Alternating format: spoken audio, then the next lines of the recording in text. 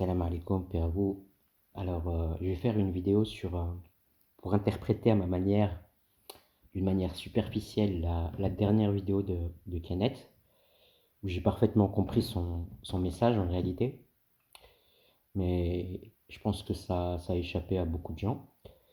Alors, je vais l'interpréter à ma manière, en utilisant la métaphore comme à mes habitudes, et je vais utiliser le style de La Fontaine. La Fontaine et ses fables, parce que ça commence à ressembler à La Fontaine en fait, et à son humour aussi, et à sa manière de désigner indirectement des personnes qui même en son temps avaient du mal à se reconnaître. Alors je commence.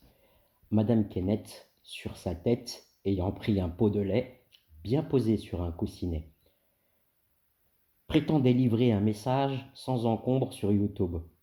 Notre conteuse, bien troussée, comptait déjà dans sa pensée tout le prix de son ouvrage. Pensant s'adresser à des sages, elle a trouvé non pas des experts en littérature, mais des moutons dans les pâtures.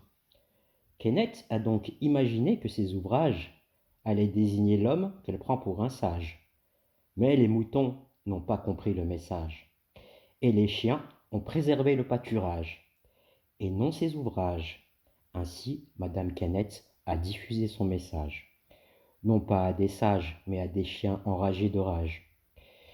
La moralité de l'histoire, c'est que les moutons sont mieux dans les pâturages. Et sans le berger, il faut toujours un chien pour garder ses moutons dans ce même pâturage. Depuis quand les sages ne comprennent pas que dans les messages, ils sont désignés? On ne donne pas un ouvrage à des moutons, on leur donne à manger l'herbe du pâturage. Et les chiens, eux, ont oublié que ce n'est pas le message qu'il faut surveiller, mais les moutons, car ils pourraient quitter le pâturage. Et les experts sont à mi-ami.